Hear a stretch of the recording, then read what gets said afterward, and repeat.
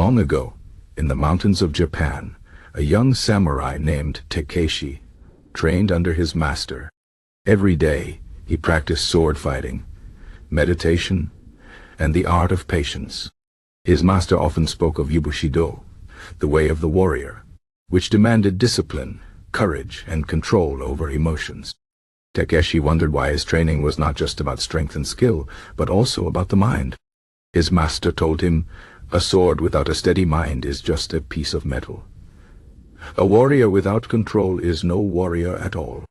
At the same time, far across the world in ancient Rome, a young man named Marcus studied the teachings of Stoicism under his teacher.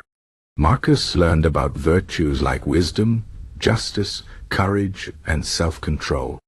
His teacher told him, "The mind is a fortress. If you do not guard it, your emotions will rule you, and you will never be free."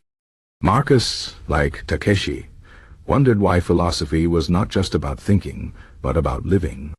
Though separated by time and distance, the samurai of Japan and the Stoics of Rome shared a deep understanding of life. Both believed that true strength came not from the outside, but from within. The samurai followed Bushido, while the Stoics followed reason and virtue. Yet their paths were not so different. One of the most important lessons both taught was the control of emotions. The samurai knew that anger or fear could lead to mistakes in battle.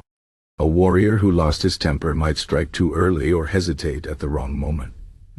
The Stoics, too, believed that emotions like anger or sadness were not to be suppressed, but mastered. They taught that a person should observe their feelings without being ruled by them. Takeshi learned this lesson one day when he faced a rival in a duel. His opponent was skilled, but Takeshi noticed something. The man fought with rage. Every strike was wild, fueled by anger. Takeshi remained calm, his mind clear. When the moment came, he saw an opening and won the duel not through brute force but through patience and control. His master nodded in approval. "The battle was won before the swords even clashed," he said. Marcus faced a different kind of battle. In Rome, politics and power struggles were everywhere. One day, a rival spread lies about him, trying to ruin his reputation. Marcus felt anger rise in his chest, but he remembered the words of his teacher. "You cannot control what others do, only how you respond." Instead of lashing out, he chose to act with dignity. In time, the truth came out, and Marcus earned respect, not by fighting, but by staying true to his principles. Both the samurai and the Stoics understood that life was full of challenges. A warrior could face death in battle.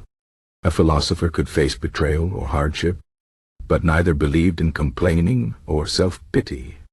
The samurai accepted that death was always near, and so they lived with honor in every moment.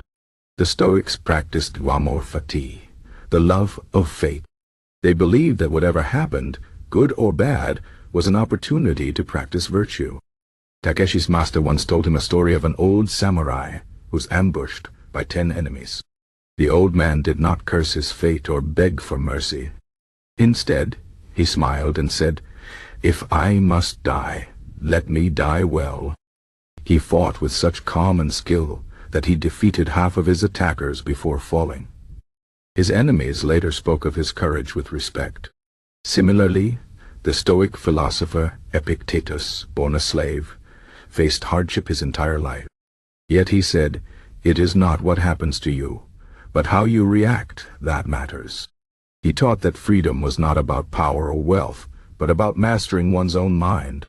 Another lesson both shared was the importance of discipline. The samurai trained endlessly, not just in combat but in poetry, calligraphy, and tea ceremonies.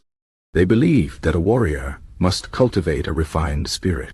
The Stoics, too, practiced daily exercises, reflecting on their actions, preparing for hardships, and reminding themselves of their principles.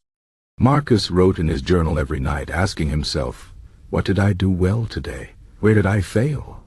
How can I improve?" Takeshi, too, spent evenings in meditation, reviewing his training and seeking self-improvement. Both knew that greatness was not a single act, but a habit.